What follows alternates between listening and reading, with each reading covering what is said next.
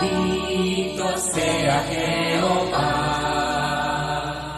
que oyó la voz de mis ruegos, que oyó la voz de mis ruegos.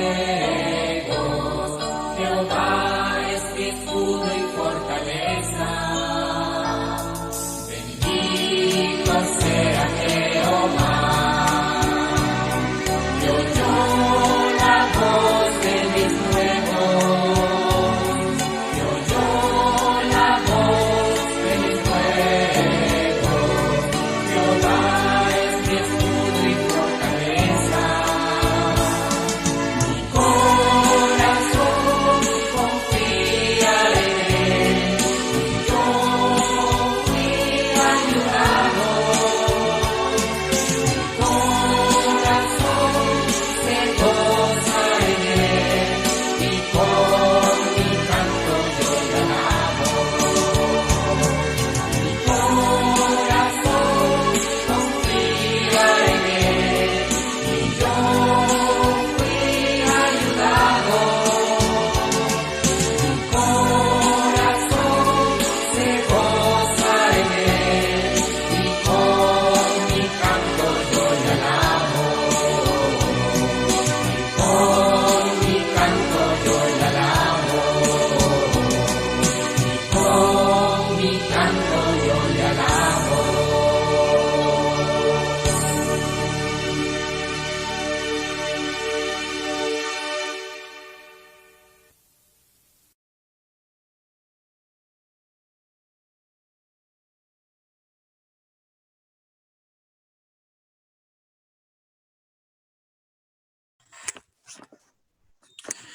Decían que el ruiseñor tiene una espina clavada en el pecho que le hace cantar como canta.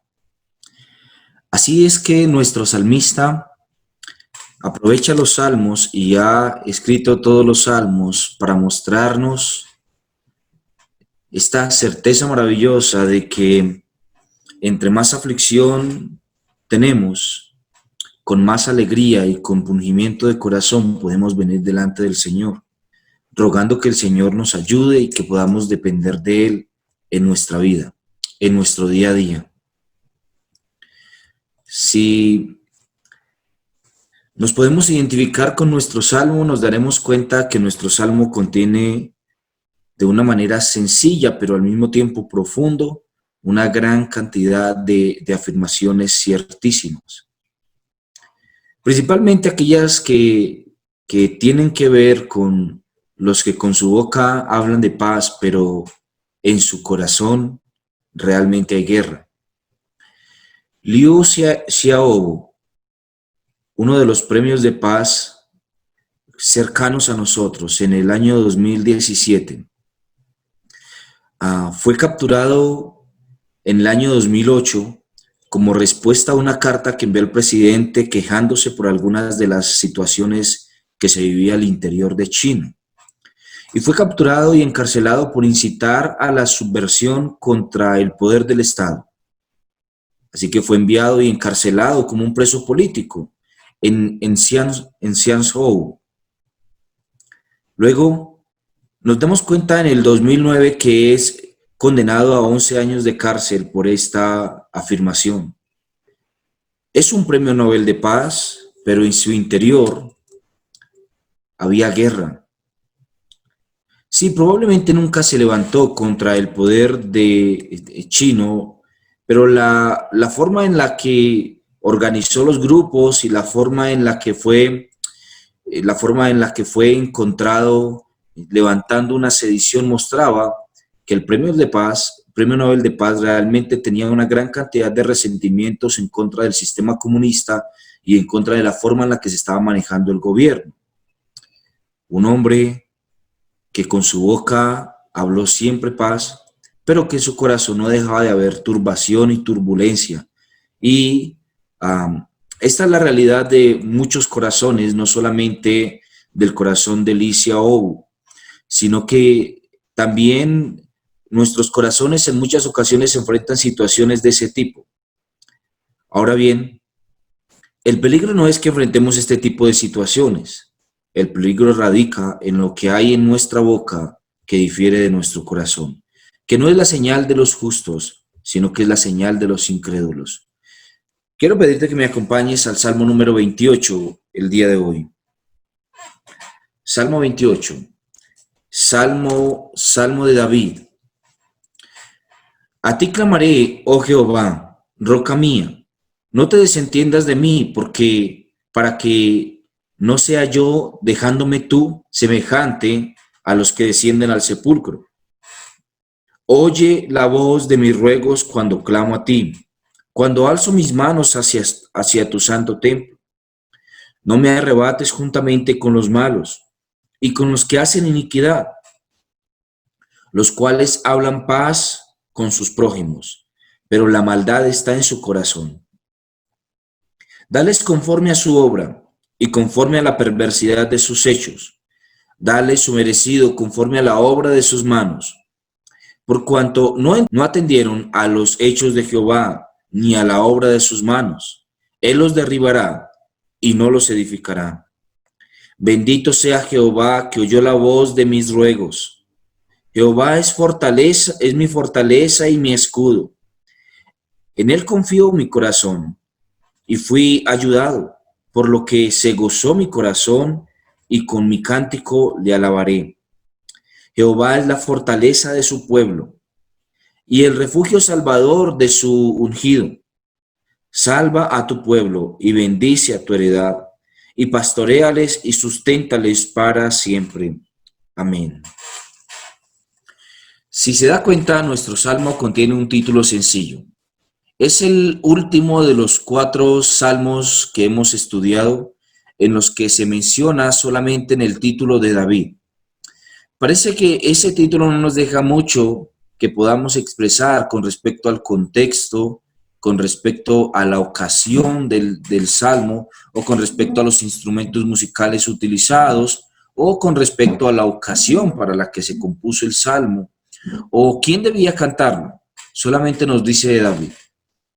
Así que nos deja a nuestra mente y pienso un poco a nuestra imaginación que nosotros le demos el uso que consideremos pertinente con respecto a lo que significa o a lo que confiere a la salmodia o a la alabanza de la iglesia hoy por hoy.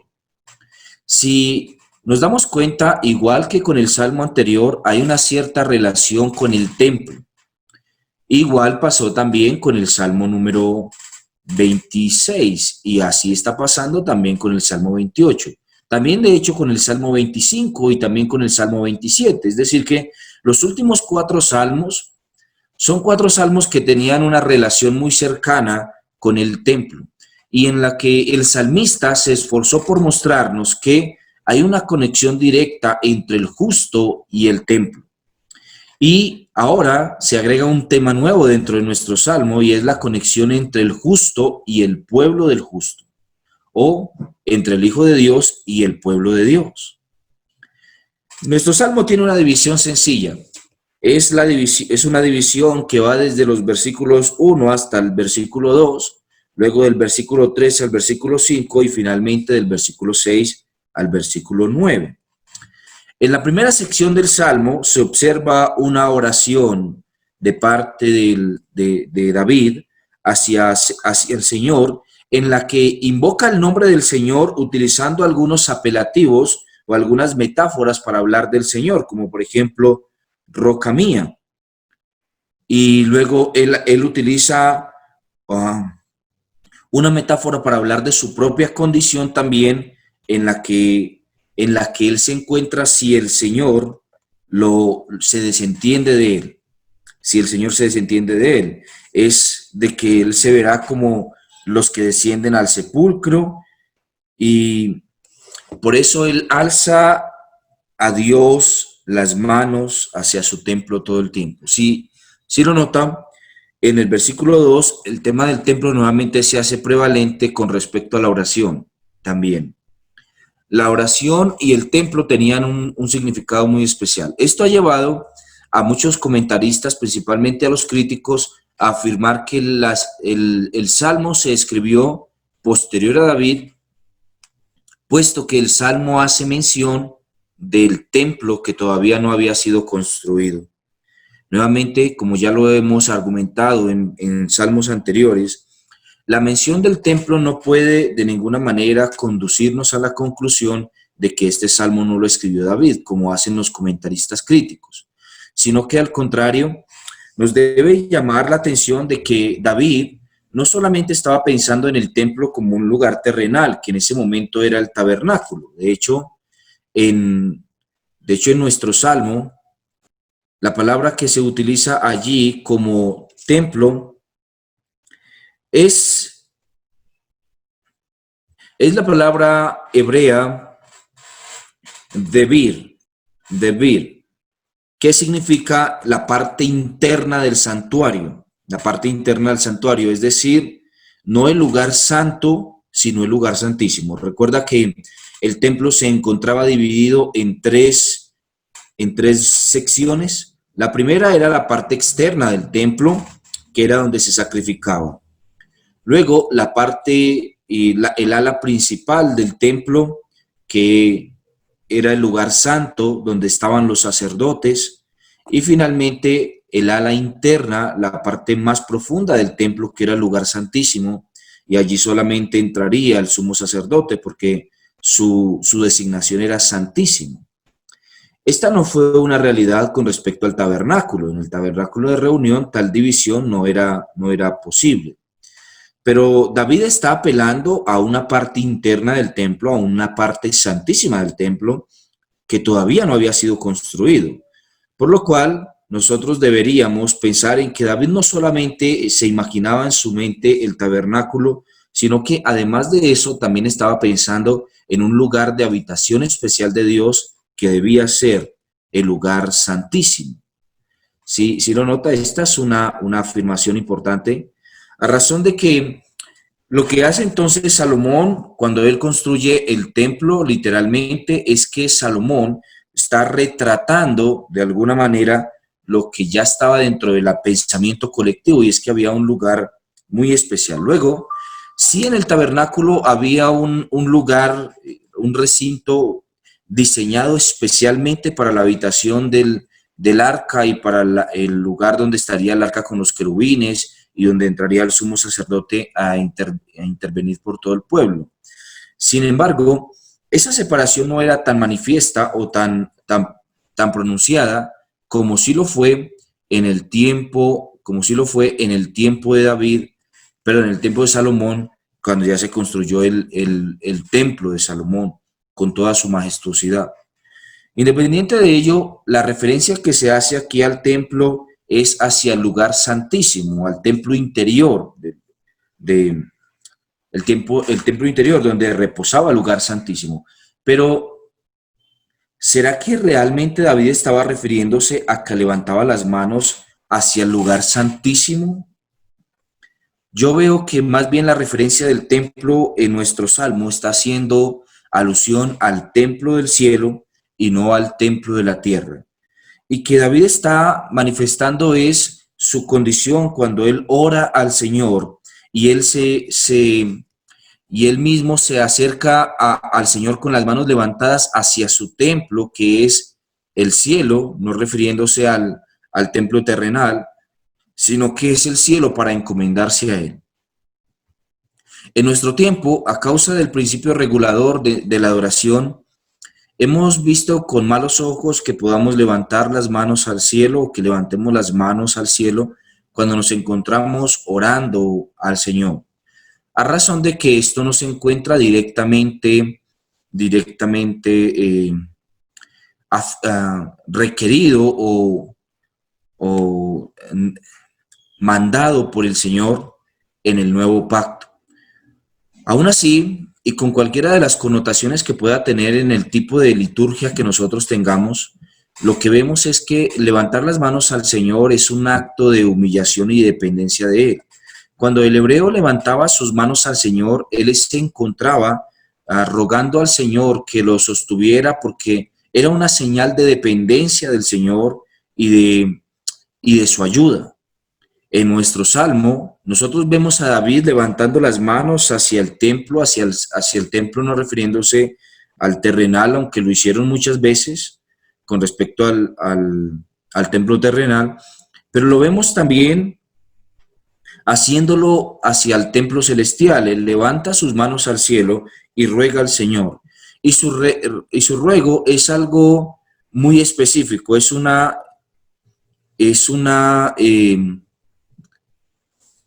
petición muy específica. La palabra que se utiliza aquí como desentenderse es la palabra tejeras, o algunas veces traducido solamente como su raíz, que es la palabra jeras o eras. Esa afirmación que está traducida entonces en nuestra Biblia como desentenderse, como que Dios se desentienda, es una traducción, es una afirmación que es traducida la mayoría de veces como estar en silencio. Lo que significa es que Dios está en silencio o que Dios no está respondiendo de manera visible. Lo que está David diciéndole a Dios es que por favor no haga silencio frente a él, que no haga silencio frente a él, para que él no sea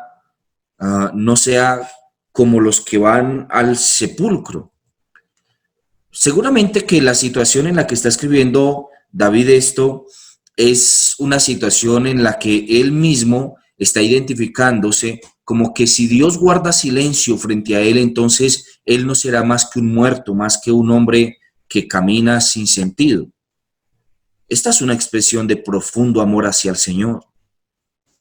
¿Puede usted afirmar esto mismo con David? Que si Dios guarda silencio en sus oraciones más sentidas, usted no sería más que un muerto en este mundo, caminando, viviendo, pero un muerto.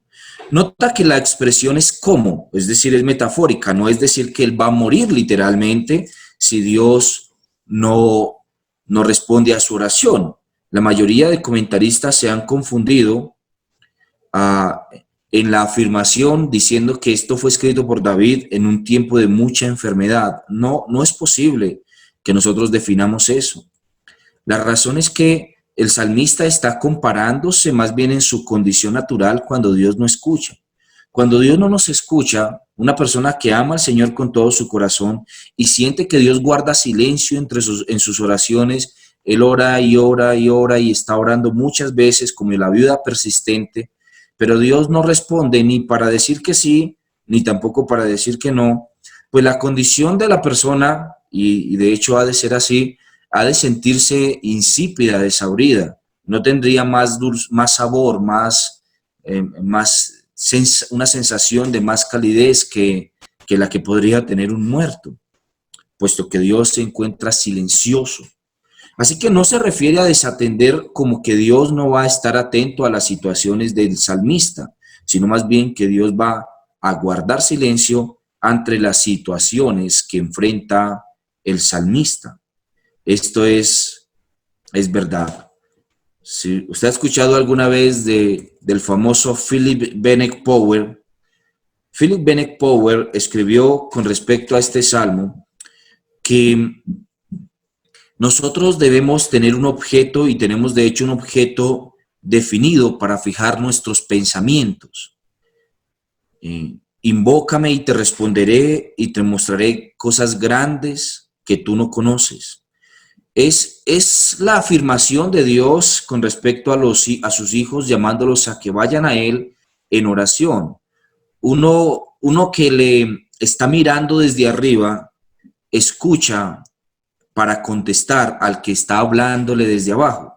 Mi hermano, un tiempo de tribulación no puede desviarnos, no dejes que desvíe, ni tampoco nos deje apartar en desvaríos, disvariando con respecto a nuestros pensamientos, que vayan de un lado a otro, pensando que Dios está, que Dios no está, o que Dios existe y luego que Dios no existe, o que recordamos lo que Dios ha hecho y luego pensamos si realmente es correcto y Dios realmente sí existe. Nosotros debemos fijar nuestros pensamientos para que no vayan de un lado a otro buscando un punto en que fijarse. El texto dice, a ti clamaré. Feliz el hombre que siente y sabe que cuando llega la tribulación no tiene que estar perplejo y confuso por el golpe, por fuerte que éste sea. ¿Cuál es la razón? Ha fijado en alguien su mirada. Y lo que nosotros nos damos cuenta dentro de nuestro salmo es eso, esa sensación que tiene David de fijar la mirada en el Señor y de decirle, Señor, si tú, a quien yo estoy mirando, ¿cierto?, haces silencio frente a mí cuando yo ruego, cuando oro, entonces yo seré como un muerto, ¿sí? Entonces yo seré semejante a un muerto, a los que descienden a un Seol, al Seol, perdón. La palabra clave aquí para notar que lo que está diciendo David es la palabra semejante. Él no dice, si tú no me escuchas, yo iré al Seol. Es una forma poética la que él está utilizando para referirse a su condición. Será parecido a, no será igual a, ¿sí? Es la palabra semejante. Por eso no podemos concluir que David lo hizo en un tiempo de enfermedad, sino más bien que él lo está haciendo en un tiempo en el que él ve que es necesaria la intervención de Dios en su pueblo. Luego, entre los versículos 3 y el versículo 4, él expresa manifiestamente su ruego. ¿Cuál es su ruego? Que no lo arrebates juntamente con los malos y con los que hacen iniquidad, los cuales hablan paz a sus prójimos, pero la maldad está en su corazón. Dales conforme a su obra y conforme a la perversidad de sus hechos, dale su merecido conforme a la obra de sus manos. Así que si nos damos cuenta, el salmista está hablando de este tipo de personas que su boca puede profesar grandes cosas, pero que en su corazón hay engaño y en su corazón hay maldad. Sí, sin duda, lo que nosotros vemos en nuestro contexto es muy parecido con nuestro contexto colombiano. Tenemos un Nobel de Paz que en su corazón hay turbulencia y hay maldad, que entregó grandes prebendas a los malvados y no quiso que fuesen juzgados por cada uno de los delitos de lesa humanidad que tenían. Tenemos a un Nobel de Paz que nunca realmente vio la paz o ha visto la paz, por lo menos hasta ahora en nuestro contexto.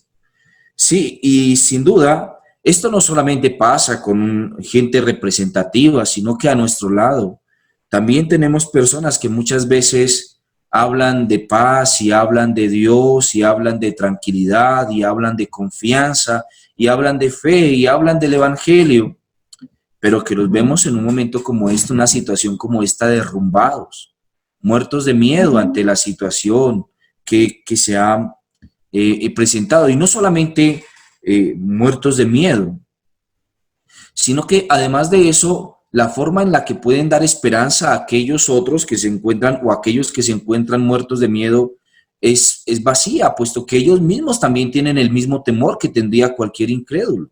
El cristiano debe caracterizarse porque él tiene seguridad en el Señor que le ha comprado, porque él tiene seguridad en aquellos.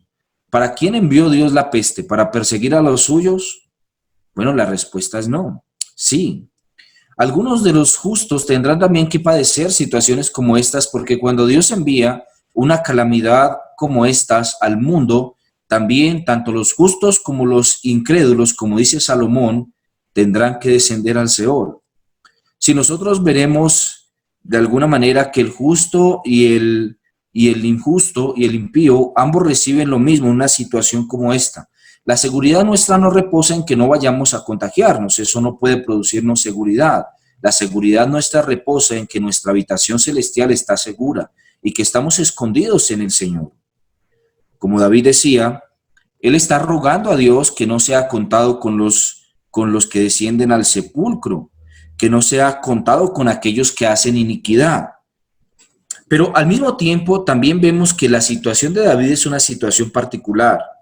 Es una situación particular a razón que lo que está mencionando nuestro salmista, parece que hay personas cercanas que hablan realmente de paz, pero en sus corazones se encuentran pensando en guerra y en maldad.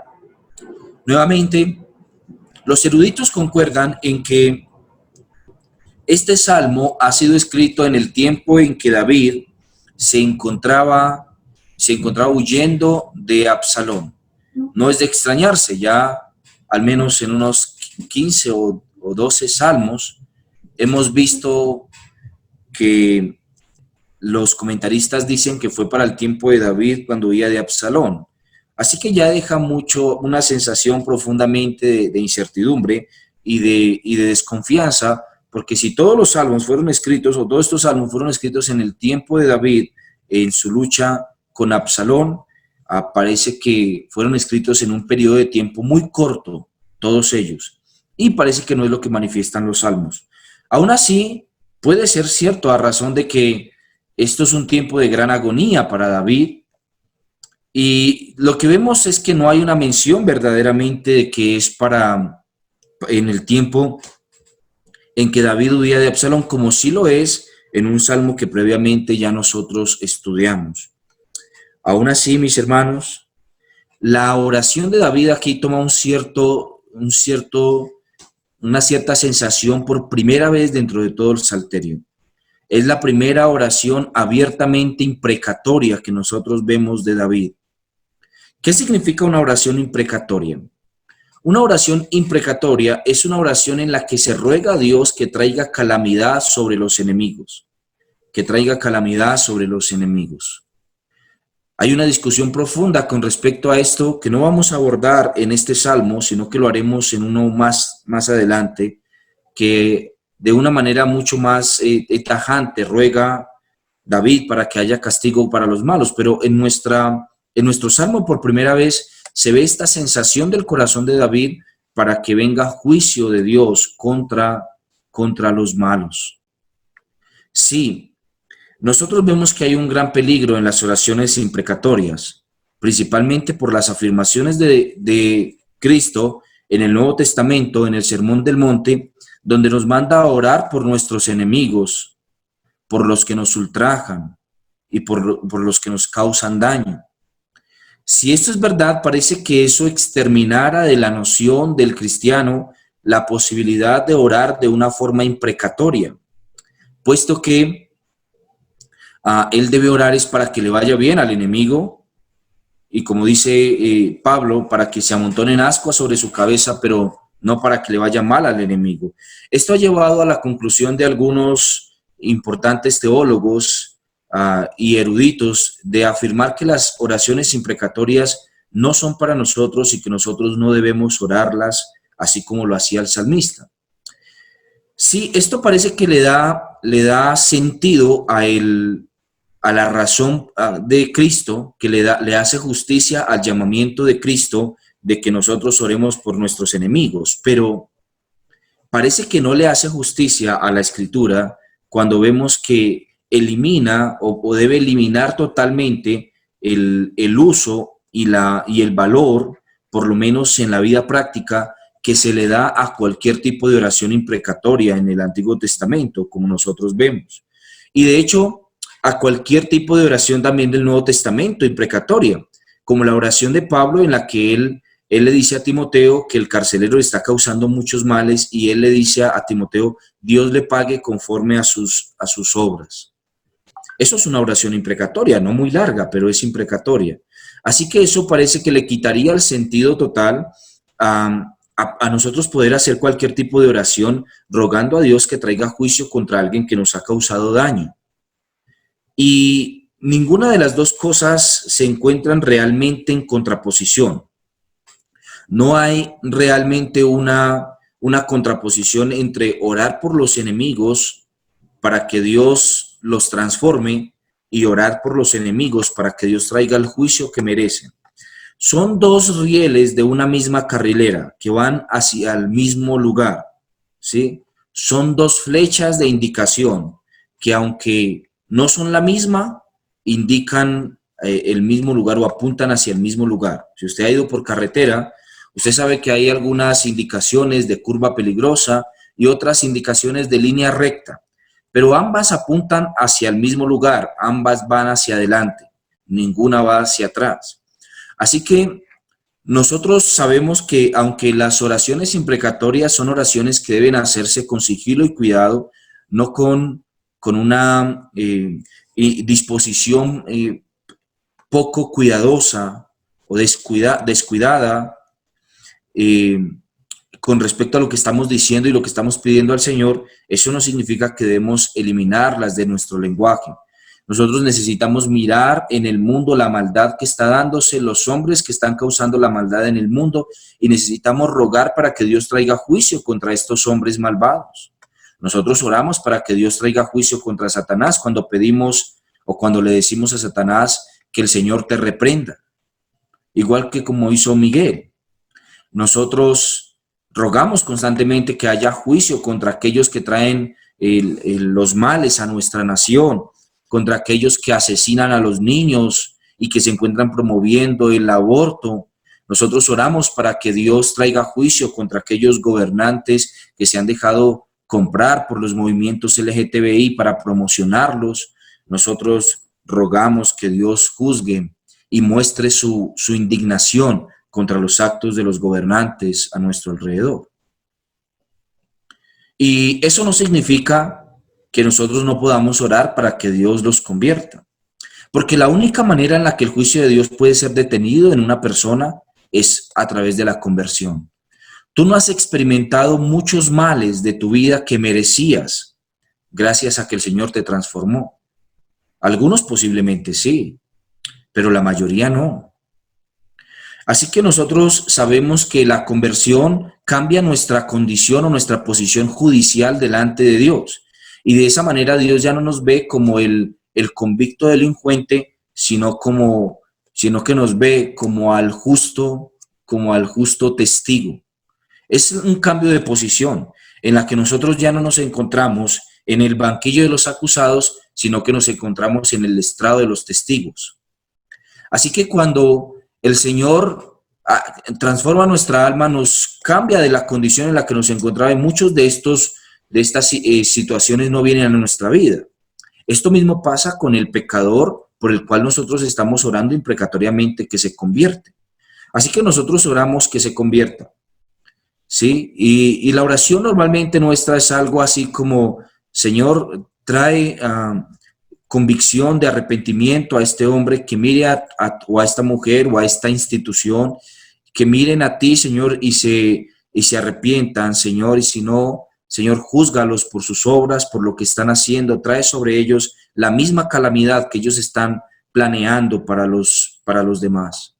Y es una oración totalmente legítima y justa delante del Señor, la cual está rogando primeramente por el alma no arrepentida, y luego está rogando por el juicio de Dios contra esa alma que no se ha arrepentido. Son dos carrileras del mismo tren. Ahora bien, vamos a profundizar mucho más con respecto a qué es un salmo imprecatorio y sus implicaciones en un salmo posterior. Pero lo que vemos en nuestro salmo al menos es que el autor, David, se encuentra rogando a Dios para que aquellas cosas que ellos han planeado, ni siquiera está rogando para que Dios les pague de una forma desproporcional, es decir, que ellos estén robando y luego yo esté pidiendo para que Dios los mate. Eso es algo desproporcional. No, hay proporcionalidad en lo que está rogando David. Mira, lo que él dice es que ellos reciban lo mismo que han planeado. Verso 4, dales conforme a su obra y conforme a la perversidad de sus hechos. Dales su merecido conforme a la obra de sus manos. Nota, esa palabra conforme es muy importante, porque no estamos rogando a Dios de una forma desproporcionada como aquel que es movido por las pasiones. Una persona que es movida por las pasiones ve que su esposa le es infiel y la mata. Una persona movida por sus pasiones ve a su vecino que le está traspasando los linderos de su casa y entonces lo asesina. No, esas son manifestaciones desproporcionadas de justicia, que ya no es justicia, sino que es venganza, porque ha sido tomada por la propia mano del ofendido. Así que lo que está pidiendo David es algo proporcional, pero además lo que David está haciendo no es vengarse de ellos, sino que él no está tomando la justicia por su propia mano, y él puede hacer eso. porque Él es el rey. Pero aún así, Él está rogando a Dios que sea Él el que juzgue.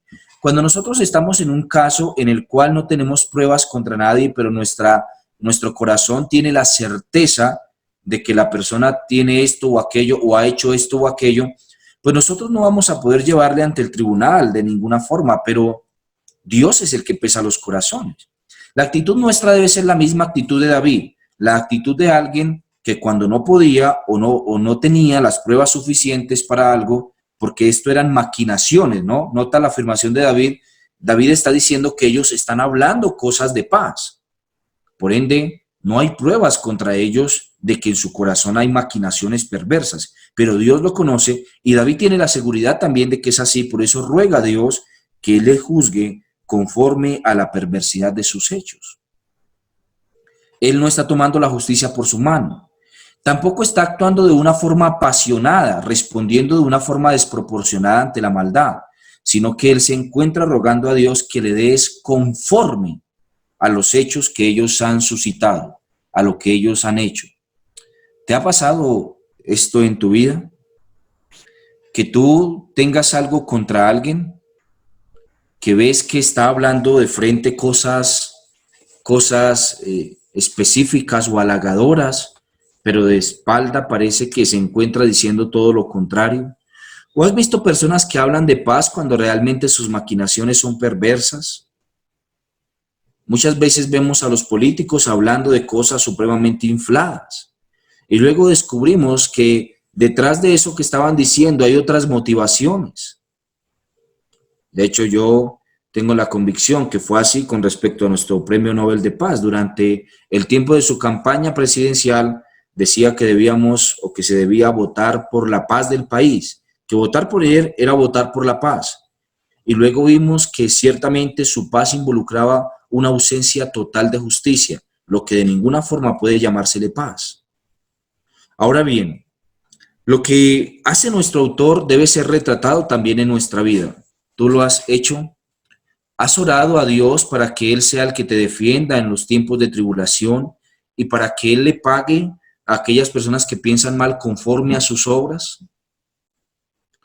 Nota que la oración incluso no es incorrecta, ni siquiera cuando estamos pidiendo el bien de la otra persona, porque si realmente lo que la persona está pensando para con nosotros es paz, entonces cuando oramos a Dios que le pague conforme a sus obras, estamos orando bien, porque Él le va a dar paz, puesto que lo que está pensando realmente es paz.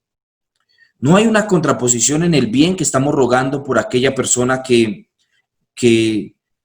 está diciéndonos cosas halagadoras, porque si realmente eso es cierto, entonces Dios le prosperará más, porque le pagará conforme a sus obras. Pero claramente lo que vemos en nuestro salmo es que el salmista tenía la convicción de que ellos hablaban paz, pero detrás de ellos lo que habían eran maquinaciones perversas contra él. Es un rey. En el tiempo de David el rey tenía que protegerse incluso de la comida. Tenían gente que viniese y probase del plato del rey antes de que el rey mismo comiera. Eso es algo impresionante, ¿no? ¿No les parece? Una persona que todo lo puede, pero que tiene que pedirle a otro que pruebe su comida antes que él, que meta la mano en su plato antes que él. Y si pasa como pasaba en la antigüedad, que el tema del protocolo no era lo mejor, pues entonces eso significaba que aquella persona que probaba la comida antes que el rey metería su mano literalmente, tomaría su carne o tomaría su pan con su mano y entonces lo probaría antes que el rey.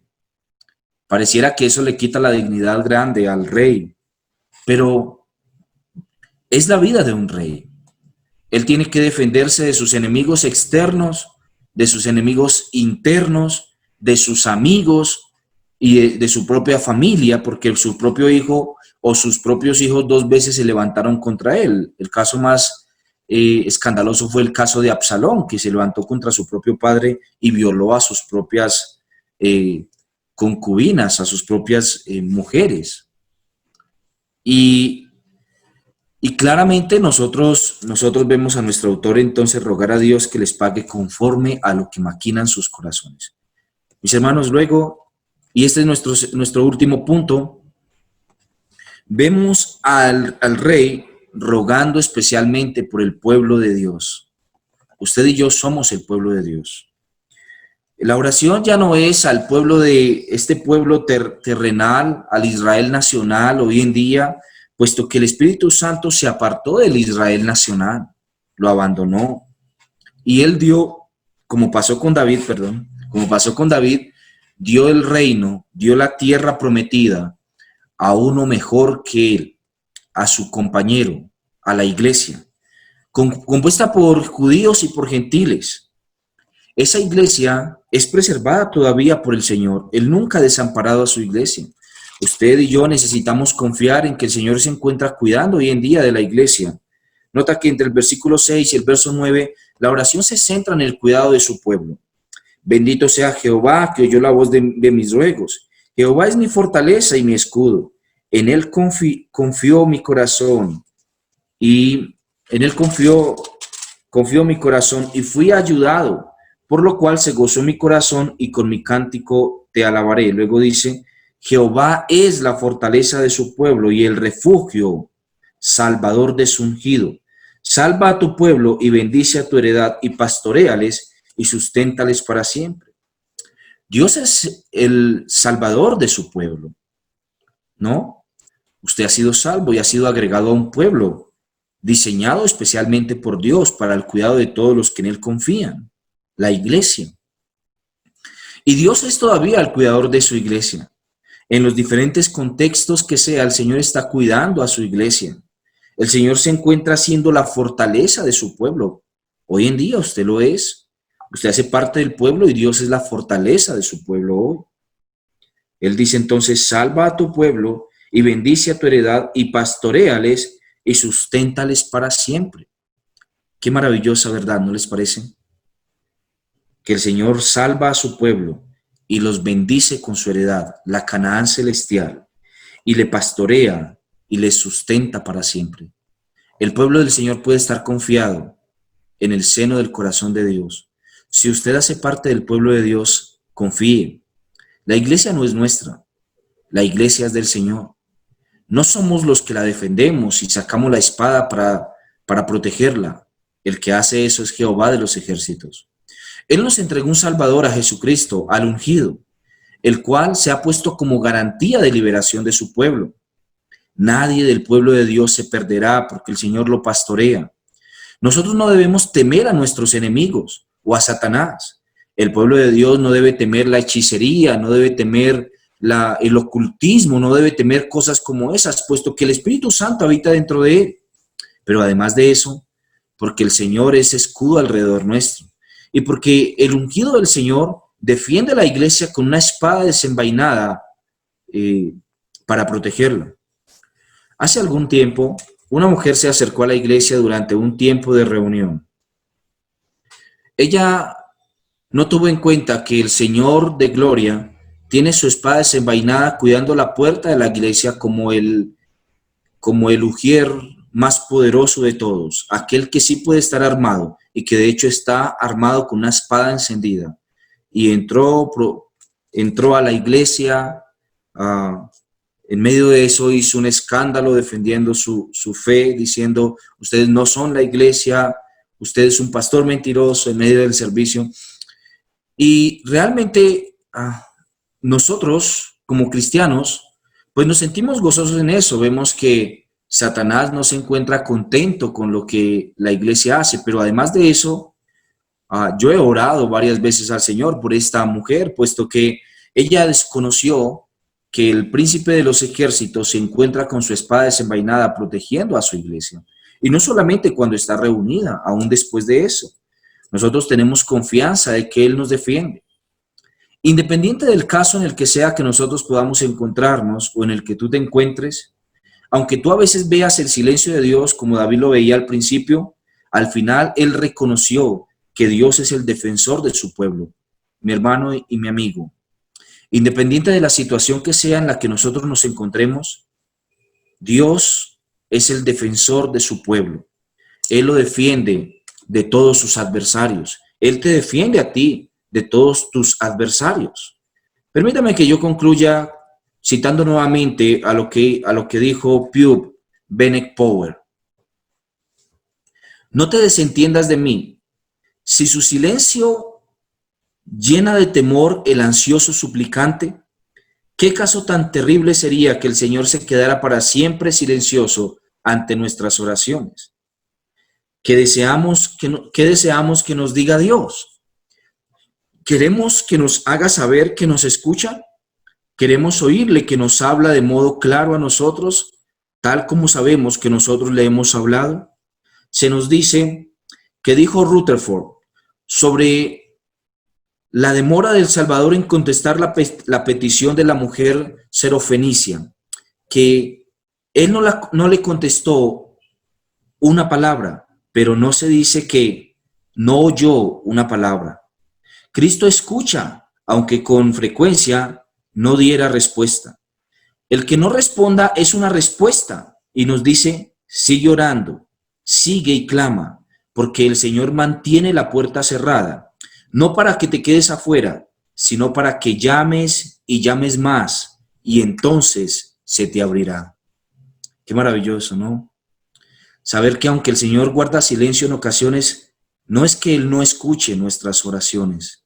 Él está diciéndonos llama y llama más. Es como si fuera un deseo propio del Señor de que nos acerquemos más y más a Él. Oh, mis hermanos, qué gozo es para nosotros, el pueblo del Señor, saber que Él nos defiende y nos escucha y que nos alienta y que en el momento que Él tenga que intervenir, intervendrá. Padre, yo te agradezco mucho, Señor, por este tiempo devocional. A veces yo mismo, Señor, he percibido tu silencio en diferentes áreas de mi vida, en diferentes peticiones, Señor, que he elevado hacia ti, Dios. A veces he percibido silencio y a veces me he desanimado y a veces he tenido, Señor, situaciones, Dios, de conflicto interno, Dios de gloria. Pero, Padre, qué alegría saber que por medio de este salmo tú nos recuerdas que tú eres el Salvador de tu pueblo y que tú lo defiendes. Que tú no nos dejarás como los que van al Seol, no dejarás que nuestra tristeza nos haga parecer un muerto caminante. Tú no nos dejarás, Señor, en una condición así. Padre, pero nosotros oraremos a ti y levantaremos, Señor, hacia ti nuestras manos en dependencia de ti, rogándote, Señor, que intervengas en nuestra vida y que no nos dejes caer en la red, Señor, de los halagadores que con su boca hablan paz, pero en su corazón maquinan maldad, críticas, Señor, profunda, Señor, sentimientos negativos, profundos hacia nosotros, Dios. Tú nos defenderás del enemigo, tú nos estás guardando de los ataques de Satanás y nosotros oramos, Señor. Señor, reprende a Satanás, Dios, porque sabemos que él acecha contra nosotros y utiliza los instrumentos posibles para que nosotros seamos desanimados, Señor, y nos deshabituemos. Padre, fortalécenos también en este tiempo, Señor, de pandemia. Recuérdanos constantemente que en ti hay seguridad y que nuestra vida está escondida en ti, que hay una mansión celestial esperándonos y que nosotros debemos ser, Señor, y ayúdanos a hacerlo. Señor, el grito de confianza, de seguridad y de esperanza en medio de este tiempo en el que el mundo se encuentra turbado. Padre, el mundo se turba porque no te conoce, pero nosotros te conocemos. Así que tú eres nuestra esperanza y nuestra seguridad, y en ti confiamos, Señor de gloria. Gracias, Rey amado, gracias. En el nombre de Jesús. Amén y amén.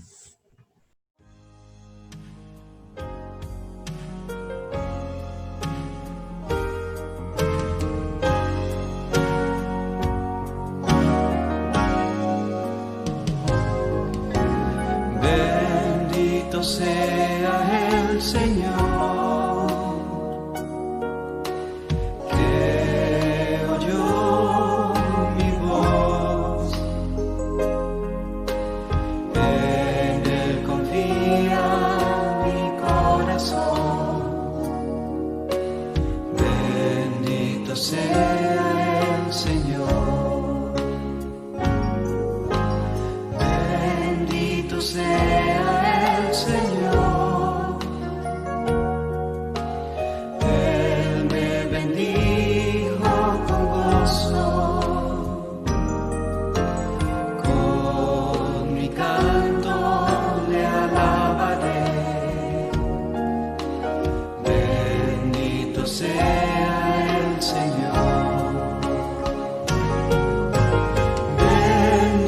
sea el Señor.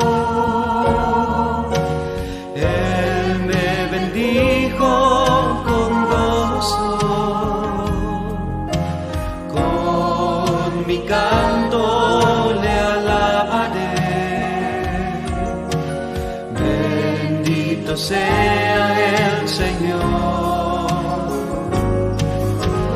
Bendito sea el Señor,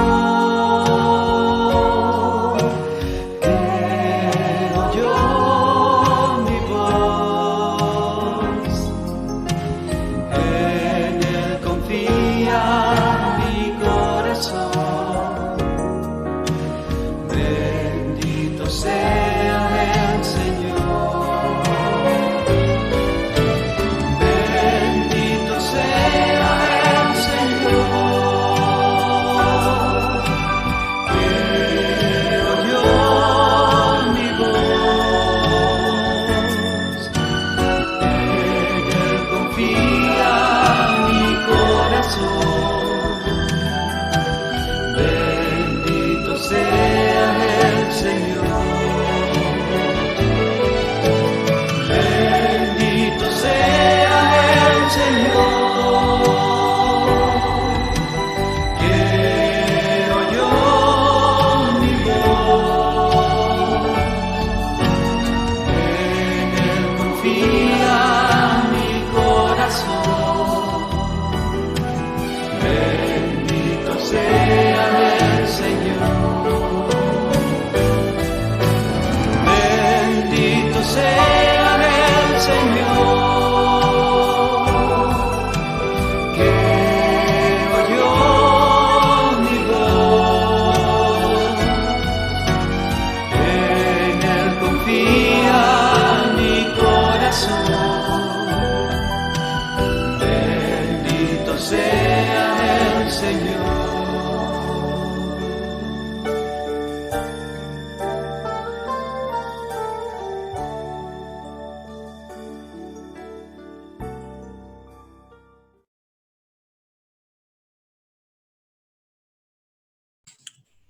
Mis hermanos, qué gozo es saber que el Señor no hará silencio para siempre y que Él nos responderá porque Él cuida a su pueblo. Espero que este día sea de gran bendición para ustedes, que el Señor les ayude siempre a descansar en esta maravillosa confianza de que Él no deja de protegernos y de defendernos, y que podamos levantar nuestras manos al cielo con seguridad, sabiendo que dependemos de aquel que es nuestro Redentor y Rey, aquel que entregó a su Hijo por nosotros, que envió a su ungido y que hoy nos pastorea. Así que gloria sea a su nombre. Mis hermanos, Dios les bendiga mucho y les guarde, Dios haga resplandecer su rostro sobre ustedes y les dé paz. Un abrazo para todos.